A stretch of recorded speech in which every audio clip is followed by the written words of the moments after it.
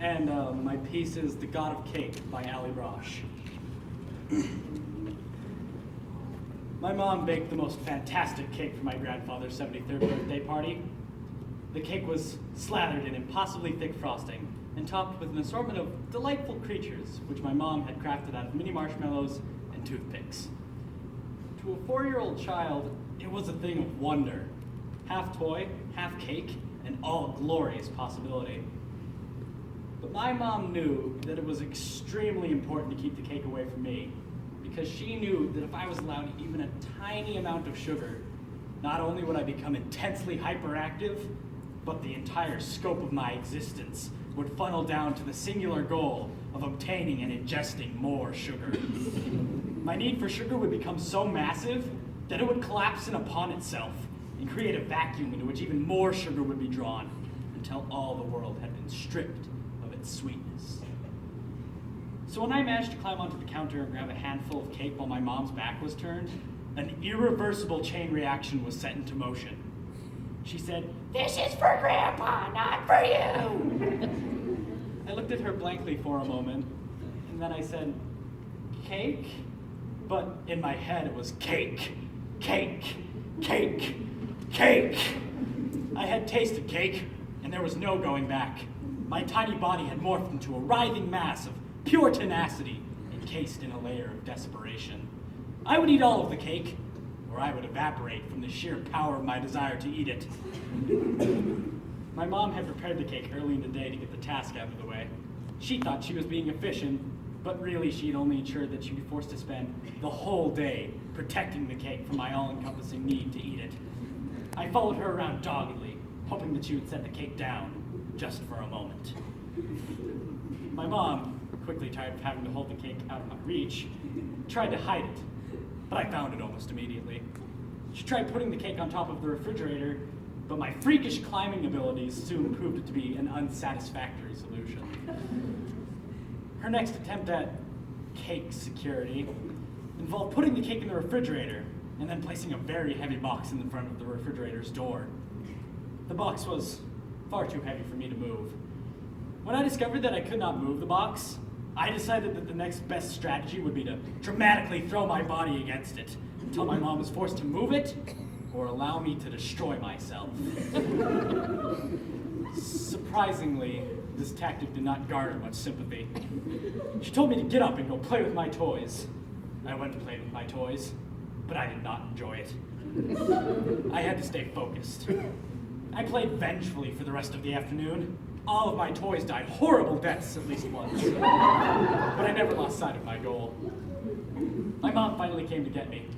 She handed me a nice shirt and told me to put it on because we were leaving for the party soon.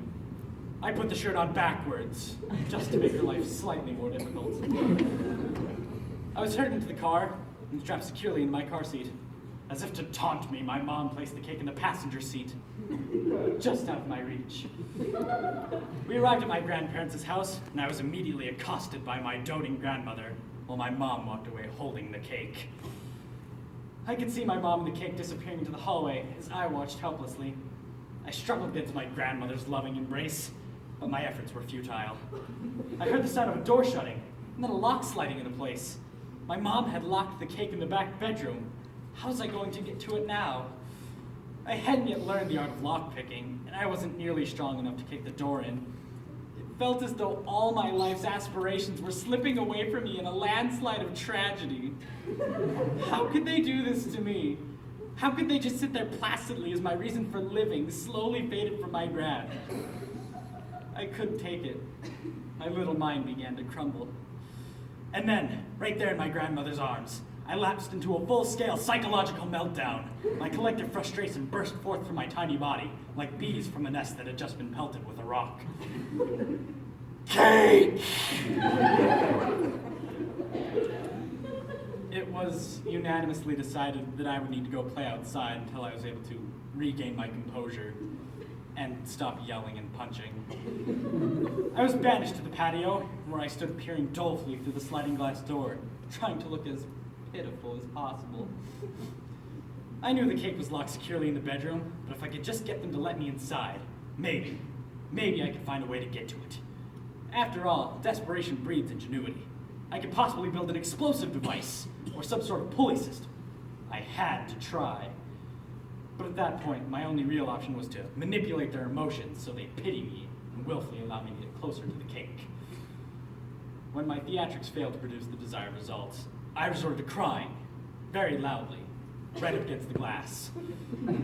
I carried on in that fashion until my mom poked her head outside and, instead of taking pity on me and warmly inviting me back inside as I had hoped, told me to go play in the side yard because I was fogging up the glass and my inconsolable sobbing was upsetting my grandmother. I trudged around to the side of the house, glaring reproachfully over my shoulder and thinking about how sorry my mom would be if I were to die out here. She'd wish she'd have listened. She'd wish she'd have given me a piece of cake, but it would be too late. I spitefully imagined my mother kneeling on the floor, holding my tiny, lifeless body, sobbing, "God, I swear I'll give him a piece of cake if you just bring him back. My poor baby." But as I rounded the corner, the personal tragedy I was constructing in my imagination was interrupted by a sliver of hope. Just above my head, there was a window. On the other side of that particular window was the room in which my mom had locked the cake. The window was open. The window was covered by a screen, but my dad had shown me how to remove a screen as a preemptive safety measure in case I was trapped in a fire and he couldn't get to me. And I turned out to be too stupid to figure out how to kick in a screen to escape death by burning. I clambered up the side of the house and pushed the screen with all my strength. It gave way, and suddenly, there I was, mere feet from the cake, unimpeded by even a single obstacle. I couldn't fully believe what had just occurred. I crept slowly, reverently toward the cake, my body quivering with anticipation. It was mine, all mine. I ate the entire cake. At one point, I remember becoming aware of the oppressive fullness building inside of me, but I kept eating out of a combination of spite and stubbornness. No one could tell me not to eat an entire cake. Not my mom, not Santa, not God, no one. I would eat cake whenever I darn well pleased. It was my cake, and everyone else would just have to deal with it. Meanwhile, in the kitchen, my mother suddenly noticed that she hadn't heard my tortured sobbing in a while. She became concerned because it was unusual for my tantrums to stop on their own like that. So she went looking for me. When she couldn't find me anywhere, she finally thought to unlock the bedroom door and peek inside. And there I was. I spent the rest of the evening in a hyperglycemic fit, alternately running around like a maniac and regurgitating the multicolored remains of my conquest all over my grandparents' carpet.